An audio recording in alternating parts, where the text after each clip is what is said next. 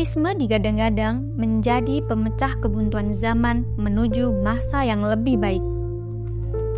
Namun, dalam realitanya, seringkali angan-angan itu tidak berjalan demikian. Orang-orang yang sebelumnya berada dalam gerbong yang menghendaki perubahan pada zalimnya tatanan kekuasaan justru terjerembab masuk ke dalam gulita politik dan kekuasaan. Reformasi 1998 menjadi salah satu penanda keberhasilan geliat aktivisme dalam meruntuhkan kekuasaan Soeharto yang sudah berkuasa selama 32 tahun. Namun, ini bukanlah akhir dari perjuangan. Justru inilah babak baru yang menguji loyalitas para aktivis dalam berteguh pada idealismenya. Pada kesempatan ini, Balairung berkesempatan untuk mewawancarai Muhyiddin M. Dahlan, seorang pengamat sejarah perihal tanda-tanda zaman dan pergerakan aktivis pasca pemerintahan Soeharto.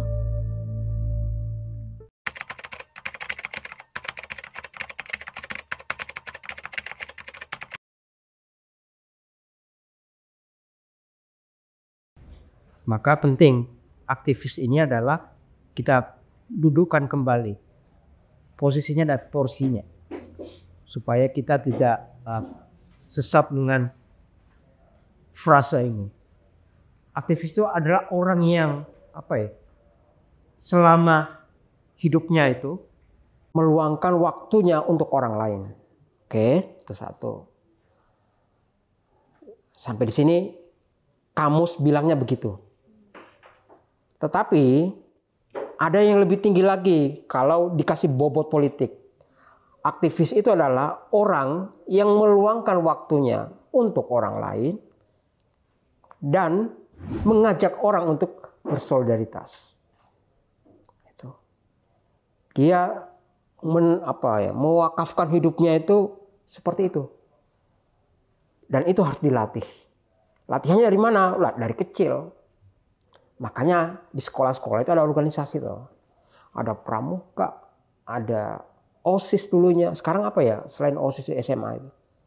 Ada UKM itu sebetulnya latihan untuk orang bisa menumbuhkan jiwa bagaimana mengorganisasi, bagaimana mengajak orang bersolidaritas.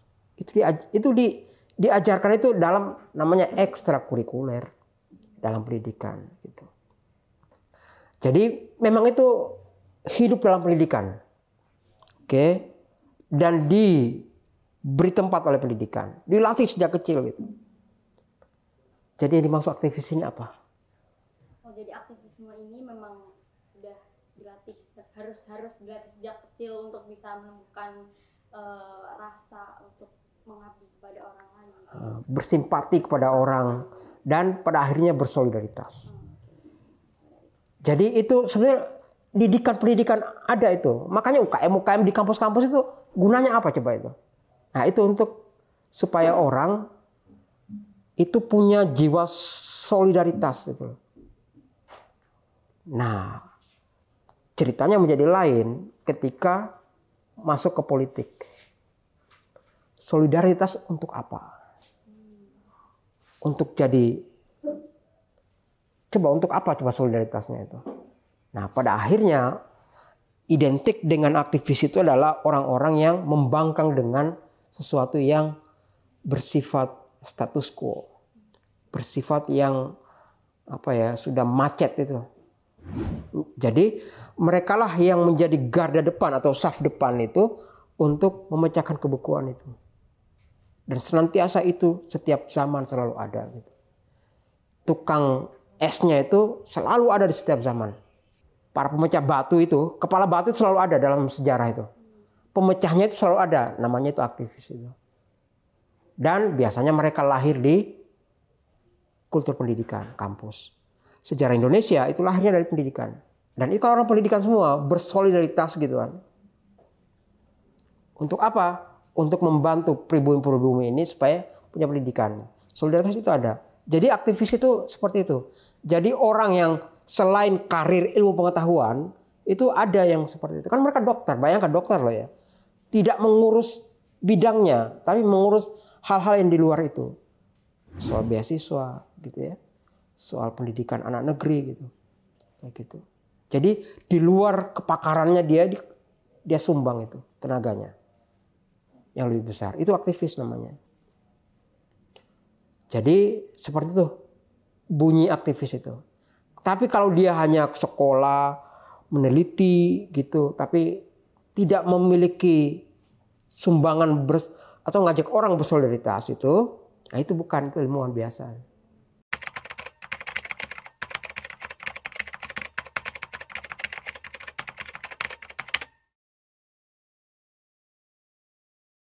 Setelah umur 30 itu loh, ya kan? Kan udah lulus lah itu. Yang S2 itu, S3 itu mau kemana tuh? Ya tentu saja dia ke S2 kan. S2-nya aktivis itu apa? Ya macam-macam. Dia tetap menjalani hidupnya dalam organisasi non pemerintah atau pemerintah. Pemerintah itu dua. Nanti dia partai politik kan beda itu. Kan dia bisa bukan pemerintah kan. Jadi non pemerintah kan. Dia bisa ke pejabat atau dia ke non pemerintah. Cuma dua itu arahnya itu. Nah, arah pertanyaanmu tadi itu adalah apakah mereka ke politik dalam artian formal atau tidak gitu. Ada orang aktivis itu yang tetap dia di jalurnya, banyak itu. Dia tetap membangun organisasi. Organisasi tetap ada gitu. Pekerjaannya juga tetap bekerja toh. Dia tetap dia berwirausaha, dia bekerja, tapi tetap dia lakukan itu. Organisasi tetap ada gitu. Aktif seperti itu. Ada mereka. Karena penindasan itu selalu ada kan. Tapi ada juga orang memang dia ke politik gitu ya. Dia ke partai politik gitu kan. Dia bergabung dengan politik-politik besar. Nah, masalahnya adalah itu internal itu. Kalkulasinya kayak apa gitu untuk melakukan itu. Satu, dia aktivis untuk mencari makan. Kedua, untuk mencari makan perutnya atau mencari makan pikirannya itu. Karena bagaimanapun mereka tetap kekuasaan memang. Kan mereka ingin merebut kekuasaan. Masalahnya di sinilah masalahnya kan. Mereka mau merebut kekuasaan, enggak berhasil, atau nempel kekuasaan. Nah itulah jadi masalah besar. Nempel itu sekrup. Sekrup itu, kamu tahu sendiri itu.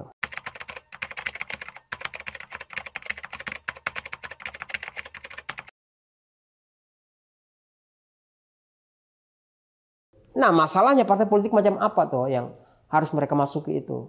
Nah disitulah mereka harus menimbang-nimbang gitu kan. Atau hanya ikut yang sudah ada gitu. Bahkan ikut yang mereka lawan gitu. Akan masalah besar. Mestinya karena punya idealisme yang kuat, yang tinggi gitu kan. Dan mereka adalah orang-orang nomor satu yang ditakuti oleh negara di suatu zaman gitu kan. Mestinya mereka punya sendiri tuh. Yang mereka bisa kendalikan itu loh. Masalahnya mereka bisa mengendalikan nggak di situ? Atau mereka bagian dari sekrupnya. Nah kalau sekrupnya nggak punya apa-apa selain memang menyelamatkan nasib buruk, ya toh? Penyakitan apa gitu, nasib buruk itu. Nah, itu jadi masalah besar toh. Ketiga adalah yaitu filternya itu loh yang penting. Moralitasnya itu kan ada itu. Biasanya moral itu dibangun oleh sebuah organisasi. Oke. Misalnya saya punya organisasi tuh yang saya bangun dengan idealisme saya gitu. Biasanya kan ada namanya etiknya toh. Dalam organisasi kan ada etiknya itu tinggi sekali nilainya itu. Mahkamahnya itu, mahkamah tertinggi itu. Nah, organisasi yang kalau saya bentuk itu sesuai dengan idealisme saya. Kalau saya numpang itu idealisme mereka gitu. Nah filternya itu nggak ada sama sekali dan orang bisa berubah. Mau idealis apapun seorang aktivis gitu kan, Kalau dalam ekosistem yang busuk, dia akan busuk. Nggak ada ininya, nggak mampu filter moral individual itu nggak mampu. Yang bisa itu kolektif, organisasi. Organisasi lah yang memandu itu. Bahkan ya, orang komunis sekalipun itu moralnya tinggi sekali. Dan itu diawasi oleh organisasi itu. Jangan sampai melenceng. Etiknya itu loh. Kamu kesini itu apa sesuai dengan standar. Nah itu loh standarnya itu loh. Nah kalau orang tidak ada organisasinya, liar, tinggal sendiri, dalam bahasa samurai itu apa ya? Itu loh yang nggak punya tuan itu. Ronin. Ronin. Nah itu Ronin namanya. Aktivis Ronin itu loh. Kok nyari makan di mana itu loh. Yang punya ada keuntungan apa? Ronin itu Ronin namanya. Dia nggak punya samurai, nggak punya tuan. Tuannya itu apa? Organisasinya. Akhirnya nggak punya standar apapun. Udah nggak ada standarnya apapun. Dalam dunia aktivisme yang ideal gitu kan, ada standarnya dia. Kamu bergabung dengan ini, apakah sesuai dengan standar politik yang kita anut gitu? Dan itu dirumuskan oleh kolektif, nggak bisa sendiri. Kayak gitu. Saya baca di PKI ada yang kayak gituan. Kamu bergabung sama Soekarno misalnya, itu harus diputuskan itu, nggak bisa semau-maunya gitu. Nah Ronin nggak ada itu standar itu. Pokoknya asal dia suka aja, ada kesempatan diambil, nggak ada standarnya. Nah kamu bisa lihat toh, siapa semua Ronin itu, kayak gitu.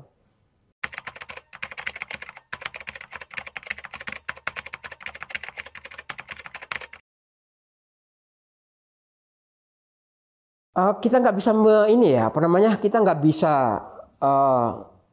meliankan politik praktis ya, karena memang tujuannya itu kan kekuasaan toh. Kekuasaan kan itu kekuasaan itu kan sehari-hari toh. Itu kan sehari-hari ngomongin peta politik itu kayak bernafas saja sehari-hari itu. Itu biasa itu dulu aktivis itu. Memang tujuannya itu gitu kan. Tapi masalahnya ini Roninnya ini. Dia bergabung dengan apa coba? Ya kan? Makanya itu Ronin itu yang bekerja terus kan. Nah, Ronin itu yang kita lihat sehari-hari ya sekarang ini. Nggak punya organisasi gitu. Numpang ke organisasi orang. Ya kan? Alih-alih membuat organisasi sendiri, malah numpang di organisasi orang, bayangkan. Dia bubarkan organisasinya, pindah ke organisasi orang gitu. Kebayang nggak itu? Ya mendingan dari awal enggak gitu. Supaya beban moralnya nggak ada dalam sejarah itu. Nah kan sejarah nyatet itu. Para tumbal-tumbalnya itu. Kan udah tumbal semua itu kan. Orang-orang yang hilang itu. Orang-orang disiksa dan segala macam itu. Hanya untuk mempertahankan idealisme cita-cita itu loh. Organisasinya dibubarkan. Bukannya membangun kembali tapi pindah dan itu. Nyari makan sendiri. Dalam istilah mereka untuk menyelamatkan muka gitu. Ya membangun dari dalam. Membangun apa? Ketimbang dikuasai semua oleh orang yang bukan aktivis kan. Yang isinya pikiran cuma dagang aja. Tapi kekuatan mereka apa? Sendiri kok. Sok-sokan itu loh. Kamu bisa apa sendiri ya? Sejauh mana mereka bisa mengubah sesuatu itu, dilihat aja apa yang mereka lakukan sehari-hari. Ngelihatnya harus sehari-hari ya. Yang ideal kan harus dilihat sehari, karena mereka politik praktis sehari-hari. Seperti kita bekerja sehari, tani, ke ladang gitu kan. Itu juga politik sehari-hari, namanya praktis betul tadi katanya. Sangat praktikal, praktis. Kayak gitu. Jadi mereka sehari-hari mengurus partai segala macam gitu kan. Jadi masalahnya partai mana yang mereka masuki? Mereka bisa menenggang idealisme kayak apa? Itu kayak tadi itu. Mereka sebetulnya semata hanya sebagai Ronin aja.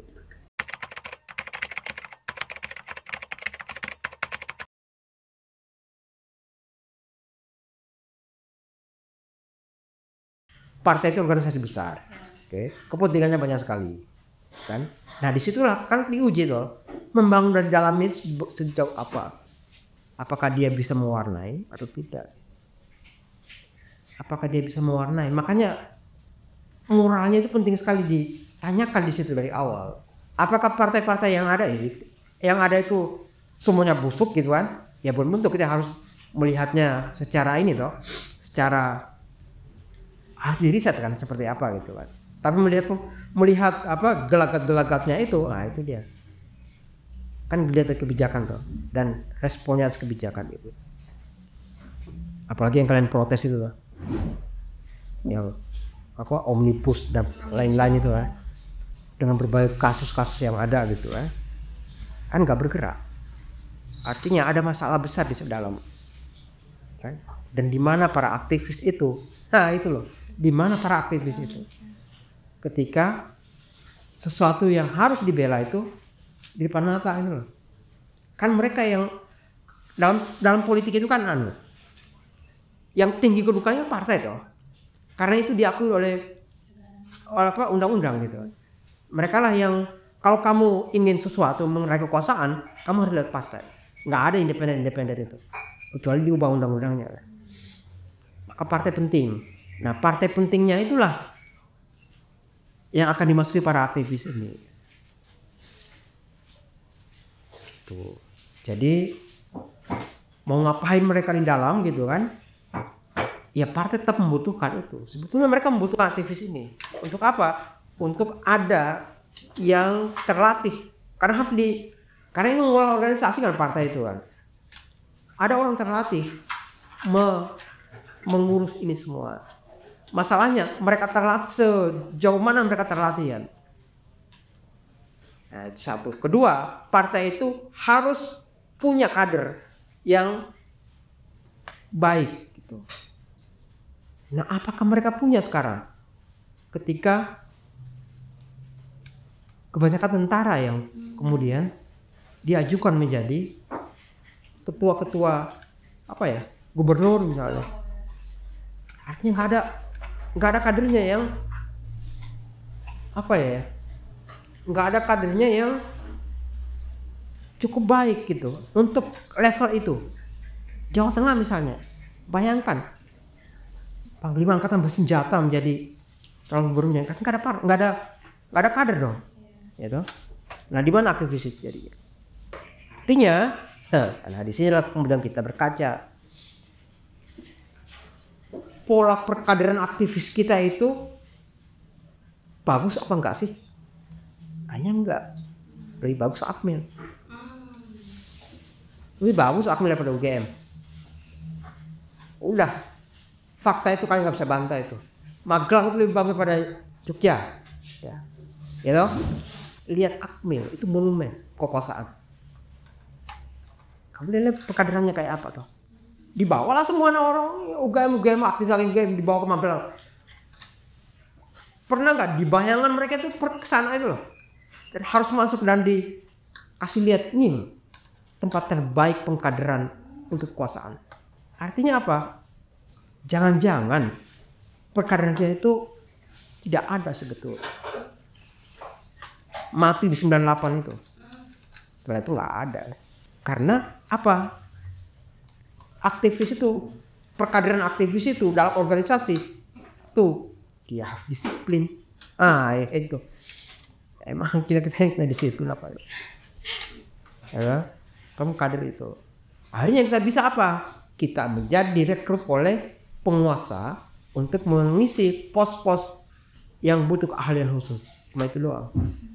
Yang kita bisa. Tapi untuk kebijakan lebih luas, menjadi pemimpin, menjadi presiden, menjadi apa gitu, nggak punya.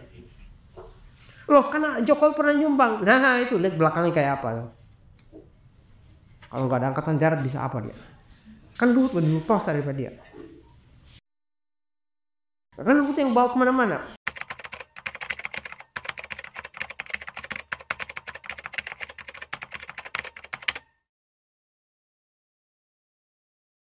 Di pemerintahan itu kan basisnya itu satu, dia anggaran toh. Dia ngomongnya itu birokrasi. Nah kita itu pernah dilatih nggak ngurusi birokrasi? Nah, itu dia. Dilatih ngurus birokrasi itu loh. Ya, jenjang-jenjangnya kayak apa. Nah, Akmil itu dapat tuh. Kayak gitu. Udah kemampu jenjang organisasi. Jadi birokrasi, administrasi itu kan kemudian menjadi masalah besar bagi para aktivis kemudian kan. Nah itu semua dilatih, ada sekolahnya semua kan, sekolah masyarakatnya, dulunya ada. Mestinya itu partai yang latih, atau dia hanya, kan ada macam-macam toh. Partai itu harus menyiapkan kadernya itu bisa menjadi pemimpin atau menjadi birokrat, kan bisa itu. Jadi menteri-menteri itu, menteri kan jabatan politik toh. Yang deputi-deputinya itu yang jabatan-jabatan karir itu, PNS itu loh. Ya. Dan bisa juga dia PNS, aktivis itu. Kan boleh kan? Kan pilihannya masing-masing toh. Tinggal dia mau ngapain sebenarnya di situ itu. Dan dia tidak bisa berbuat apa-apa kalau arus politik besarnya itu enggak mengarah ke sana gitu. Kamu misalnya ya, aku kan aktivis petani tuh. Aku jadi menteri pertanian gitu. Aku ingin mensejahterakan petani gitu. Tapi arus besar kekuasaan, arus besar kebijakan nggak ke situ. Dia menjadi anomali situ, absurd. Mau lihat absurdnya kayak apa? Misalnya aktivis ini, menteri desa dan menteri pertanian gitu.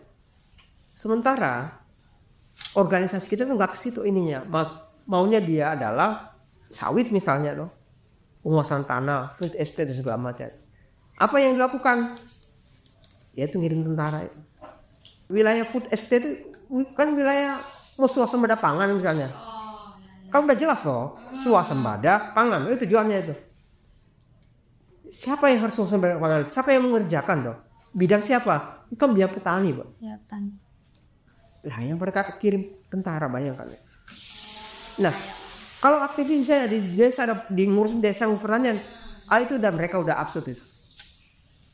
Artinya, makanya penting para aktivis ini yang ideal ini, partai-partai yang ideal misalnya itu, dia harus merebut kekuasaan. Makanya sebenarnya tujuan besarnya para aktivis merebut kekuasaan.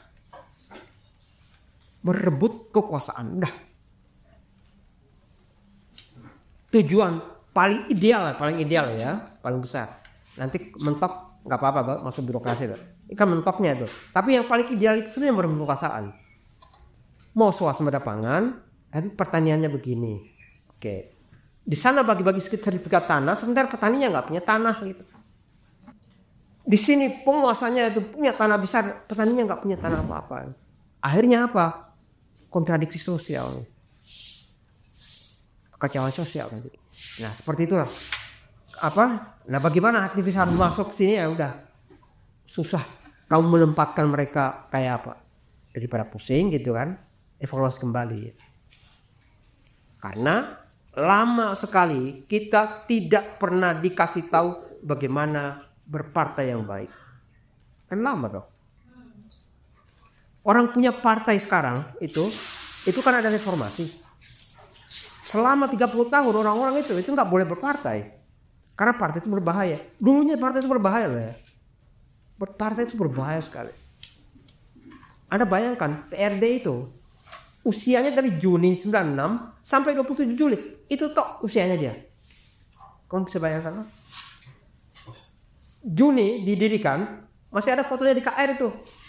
Pram berfoto sama Budiman itu. Kita lihat itu. Ada Budiman merah-merah itu. Juni sampai Juli, sebulan usia partai itu. Dan mereka dinyatakan terlarang itu. Secara de facto itu 27 Juli terlarang itu partai. Bayangkan, hanya sebulan usianya bayangkan. Artinya apa? Kita memang apolitis. Memang berpartai itu kita nggak pernah diajarkan. Nggak pernah diajarkan partai itu. 30 tahun bayangkan nggak pernah diajarkan. Tiba-tiba reformasi datang. Tiba-tiba orang euforia berpartai. Hanya yang paling bukan partai ideal Golkar itu tuh. Kan dia nggak mau nyebut partai. Apa Golkar karya. Kan disebut partai 98, apa 99 baru nyebutnya partai. Gitu. Jadi kita nggak pernah diajar partai. Partai itu bukan P3, bukan PDI. Itu boneka semua itu. Itu kan hanya mewadahi demokrasi Pancasila loh, supaya kelihatan demokratis. Bukan itu sesungguhnya partai. Nah itu selama 32 tahun bayangkan kita nggak pernah diajarin itu. Kita kemudian menuntut bahwa partai itu harus begini harus begitu. Itu susah juga gitu. Dan konsolidasinya itu nggak ada sama sekali. Ringkas sekali kan konsolidasinya itu. Konsolidasi reformasi itu loh, kan nggak mampu memutus rantai itu. Jadi sebetulnya nggak ada peralihan kekuasaan, ya, nggak pernah ada sebenarnya peralihan kekuasaan. Reformasi itu bukan momentum ledakan besar, tapi peralihan kekuasaan itu nggak ada. Kita tidak mampu memutus rantainya. Golkar kan tidak bisa putus. Ya. Kita tidak bisa memenjarakan satu pun militer atau penguasa militer itu. Yang para aktivis sebut korupnya minta ampun itu satu pun nggak ada yang diseret satu pun. Bahkan duduk di pesakitan aja itu nggak ada, diperiksa aja nggak kok. Bayangkan itu. Artinya nggak susah kita menyebutnya para aktivis. Kita ngomongin tentang aktivis ideal kemudian kan. Artinya ini hanya untuk mengisi kekosongan yang ada. Sementara partai butuh karyawan loh. Nah, kalau mereka cari kan partai itu. Dia bayar berapa? Kan karyawan itu. Ya. Ada orang masuk ke Gerindra tiba-tiba gitu kan. Kalian kira itu gratis apa ya? Itu kan karyawan toh. Dia harus pindah-pindah gitu kan. Profesional kan, profesional. Pekerja partai yang profesional gitu. Nah, fakta realitas itu yang kita hadapi sekarang itu. Dan itulah yang terjadi di atas itu. Bisa pindah-pindah kan, aktivisnya kan. Kalau nggak cocok di sini ya ke sini. Ya udah kayak profesional pemain bola. Bisa ditransfer ke sini, bisa transfer ke sini. Nggak ada lagi yang disebut dengan ideologi itu. Apa sih ideologinya itu? Nggak ada, bisa. Lihat aja ngabalin kemana-mana ngabalin. Budiman bisa di sini gitu. Besok mungkin dia pindah lagi. Dan karena itu saya bilang bahwa ini rentan sebetulnya. 98 itu periode yang sangat rentan. Waktunya pendek sekali. Kita untuk melakukan perubahan yang radikal. Nggak ada perubahan radikal. Karena sejak Maret 99 kita itu sibuk dengan pemilu berikutnya. Pemilu yang rame, yang yang tiba-tiba orang kita bisa bikin partai suka-suka itu. Karena ditekan terus-menerus itu. Jadi nggak ada nafasnya kita untuk melakukan nggak ada. Ngurus Orde Baru yang despotik itu misalnya itu nggak ada ngurus itu. Karena tiba-tiba partai politik, orang-orang di partai itu nggak lagi ngurus itu. Mereka harus bagaimana bisa memenangkan pemilu berikutnya gitu. Jadi maunya kita sebetulnya begitu. Tiap 5 tahun kita pesta aja gitu. Bahasa Orde Baru ya pesta gitu. Tapi kan kita nggak bisa berpesta loh. Sementara masa lalu kita itu kelam. Nggak bisa berpesta, masa lalu kita kelam dan nggak pernah diurus itu. Nah, ada kemudian aktivis berikutnya yang lain yang bukan yang seperti yang kita omongin tadi itu. Namanya LSM. Mereka yang ideal yang tidak masuk ke partai-partai politik praktis itu, mereka kemana? Ke LSM. Lembaga Swadaya Masyarakat. Mereka itulah kemudian sepanjang Orde Baru itu bergerak. Kan nggak ada partai itu. PRD misalnya itu kan itu tadi usianya bayangkan Juni sampai Juli dibunuh langsung. Ya kan?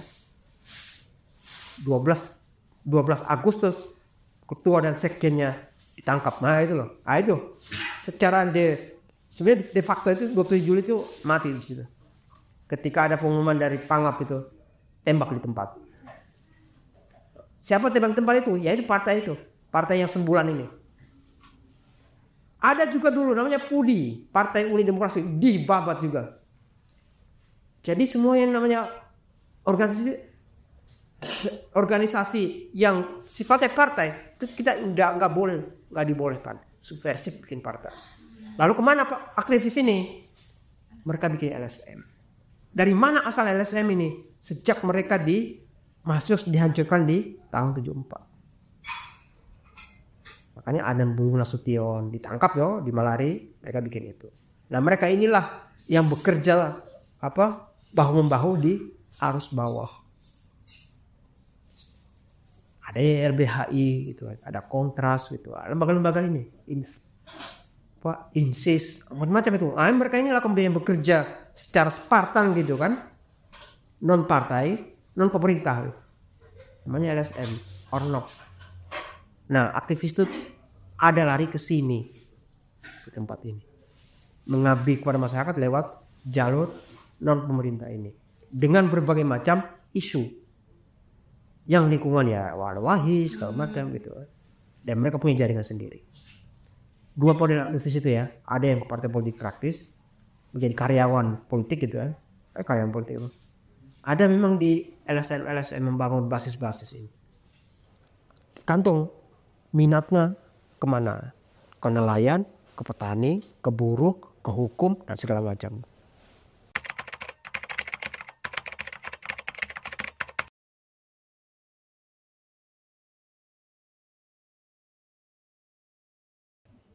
Makanya tiba-tiba saya ingat kan, kok semuanya ke pejabat, jadi pejabat.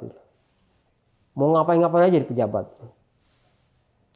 Karena itu ada di belakang kepala kita yang nggak susah sekali kamu nggak akan hidup kalau nggak jadi pejabat itu loh.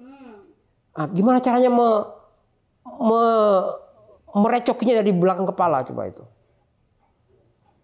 Jadi orang terhormat di kepala publik kita sekian lama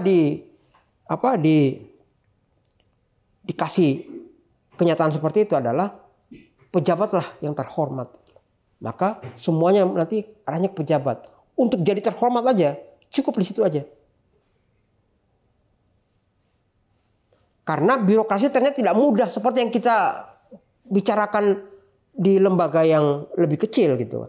Itu kapal yang rumit, birokrasi gitu. Tiba-tiba kamu kan nggak bisa semena-mena tuh. Bahkan di surat-suratnya itu loh ya. Kamu harus berbicara dengan undang-undang gitu kan. Kan kamu nggak bisa berselancar seperti para peselancar yang individual itu. Karena kamu bawa banyak sekali paket undang-undang gitu. Kan negara tuh. Kapalnya negara gitu. Pelatihannya juga berbeda gitu. Makanya aktivis yang terlatih dengan birokrasi itu bisa selamat di situ. Dia bisa, kan cara mainnya kan berbeda toh antara di LSM sama di sana. Dan karakter aktivisnya juga berbeda gitu kan. Nah, apakah sanggup kayak gitu tuh ada nggak? Kalau nggak ada, dia akan dimakan birokrasi kan. Makanya kemudian aktivis nyolong gitu, korup. Dia tahu itu salah misalnya, dia tahu bahwa itu di luar ininya dia. Tapi kan kesempatan itu ada kan. Kayak gitu. Jadi mereka nyolong tiba-tiba gitu. Ya karena nggak ada panduan moral sama sekali. Ya kan Rolin toh. Rolin itu ya cuma dia sama Tuhannya aja yang tahu melakukan itu. Nggak ada panduan apapun. Nah ada narasi besar yang di kepala kita itu namanya pejabat itu. Orang terhormat, kamu mau jadi sangat terhormat kalau jadi pejabat. Udah gitu. Jadi pejabat itu. Pejabat loh ya, bukan pemimpin. Nah, ingat itu beda. Pemimpin itu adalah yang punya kekuasaan. Nah, pejabat itu adalah yang ya itu yang apa namanya sekrup-sekrupnya itu. Petantang-petenteng itu.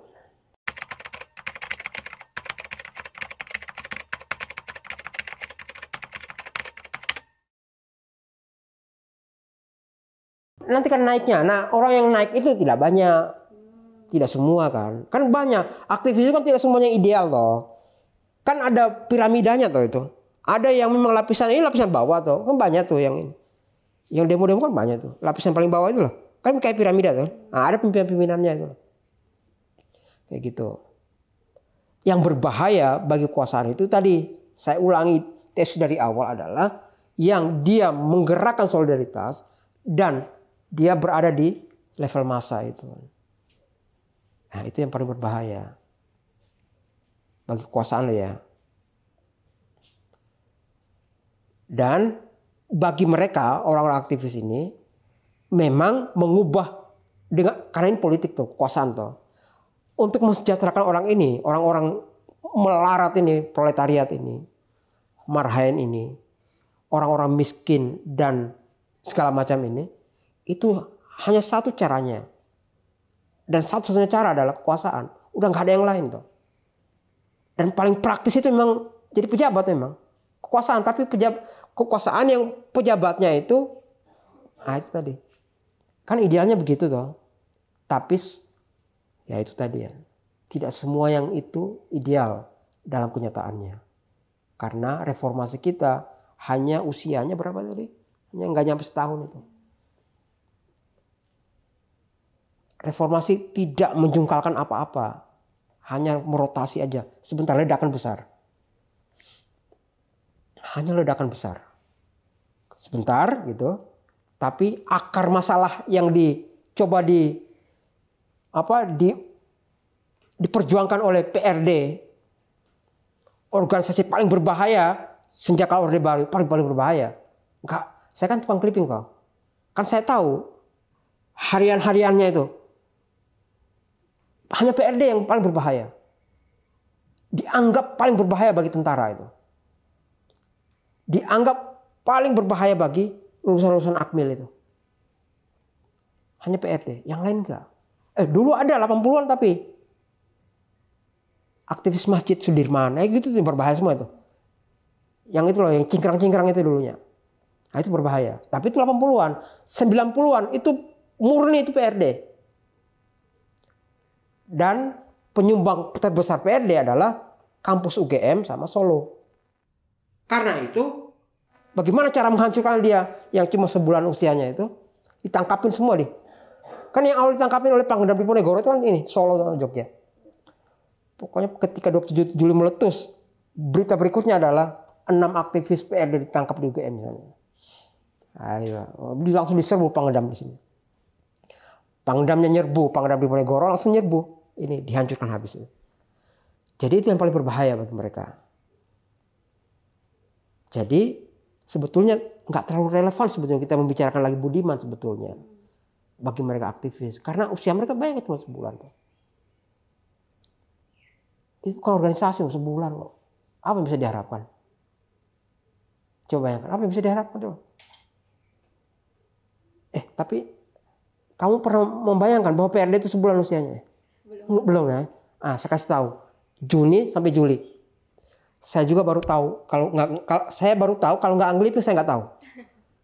Karena agak panjang di kepala, tapi sebetulnya kenyataannya nggak panjang gitu. Jadi apa yang bisa diharapkan coba? Sejak deklarasi loh, secara de jure ya, deklarasi sampai pembubaran itu ya itu. Memang 97 baru keluar, tapi 27 Juli itu saya kira de facto-nya keluar itu. Sejak perintah tembak di tempat itu. Jadi apa bisa diharapkan coba? Setelah itu apa yang terjadi? Ronin. Lah membicarakan Ronin kita harus membicarakan memang situasinya Ronin itu. Nah, itu yang kita bicarakan tuh. Bukan yang ideal itu yang dibicarakan. Kemana-mana itu buktinya ternyata benar tuh. Jadi Ronin benar. Jadi ada dua ya. Ada yang ke partai politik, ke pejabat, pemerintahan. LSM juga banyak di pejabatan. Tapi ada juga yang bekerja di dua-duanya non pemerintah sebetulnya. Tapi ada yang bekerja di partai politik, ada yang bekerja di LSM. Balairung ini misalnya ya, itu nyumbang banyak sekali itu. Di LSM PR semua mereka semua itu. Ya, ada yang nyumbang ke partai politik. Nah kayak Gibran ini dia langsung ke politik. Lebih awal, lebih dini. Nah kamu lihat Bahlil itu. Itu wajahnya HMI di situ tuh. Wajah HMI yang umum itu Bahlil. Itu wajah umum itu. Kan ada wajah khusus nanti ya. Ada banyak wajah khusus kayak Cak Nur macam-macam itu. Ada wajah khusus kayak Bahlil itu. Umum itu. Dan lincah terlatih. Coba kamu lihat. Itu kalau nggak dari awal nggak bisa. Mereka itu dari awal semua itu langsung tancap gas di partai-partai gitu. Kita tidak menilai baik buruknya dulu ya. Dia terlatih apa tidak gitu. Bermain gitu. Nah itu. Memainkan barang-barangnya itu loh. Kan permainan. Daripada kamu nanti tersedak, frustrasi, kemudian murung, bunuh diri, kelas. Jadi dibiasakan ya bahwa aktivis itu seyogianya memang mereka ingin menjadi partai politik. Ya memang kerjaan mereka di situ kok. Kedua, kalau nggak cocok di situ ada tempat yang lain. Dunia aktivis. Nah, tinggal memperjuangkan apa sebetulnya. Karena bukan tidak mungkin antara dua sahabat sama-sama aktivis itu saling bunuh pada akhirnya. Sejarah kita menunjukkan itu biasa.